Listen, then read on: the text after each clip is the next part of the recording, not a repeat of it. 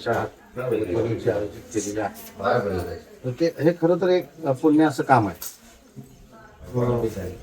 पूर्वीपासून आपण ऐकत आलोय की काशीला जाऊन यायचं हे एक पुण्य काम आहे आणि ते काम प्रत्येकाला जमेलच असं नाही. काही जणांची परिस्थिती असते पण वेळ नसतो, काही जणांची परिस्थितीच नसते, काही जणाला सोबत हवी असते.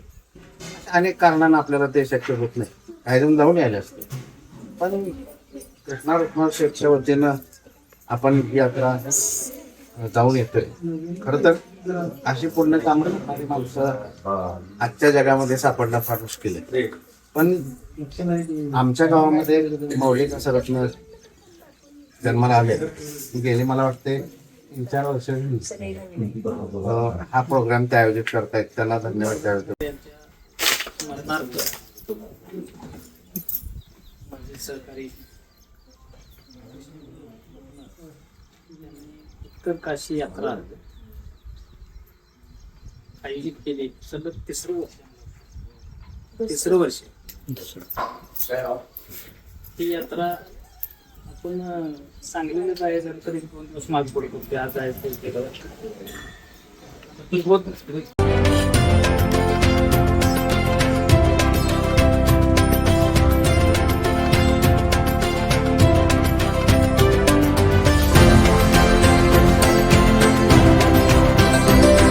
हे हात चालावया पाय तेने तू आपुले सहित पायरी तीर्थयात्रे जाय चुकू नको. बरोबर आहे.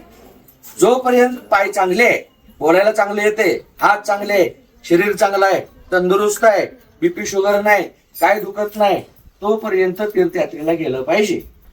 बरोबर आहे का नाही? हे सगळं थांबल्यावर गेलं पाहिजे. जोपर्यंत चांगला आहे तोपर्यंत गेलं पाहिजे. सगळं थांबलं तर उन्हाळ्यानं सरकार सुद्धा काही करत नाही, घरात बसते नाही का? हे का गरजेचं आहे? आणि या वर्षीचा पावन पर्व काळ म्हणजे अधिक महिना आहे. आपण ग्रामीण भाषेत त्याला धोंडा महिना म्हणतो. बरोबर आहे. अधिक महिना, अधिक महिन्याचं फळ काय? अधिकश्यम अधिकम अलम. हे जे 27 नक्षत्र आहे त्या काही नक्षत्रात क्षय तिथी असते, काही क्षय नक्षत्र असतात.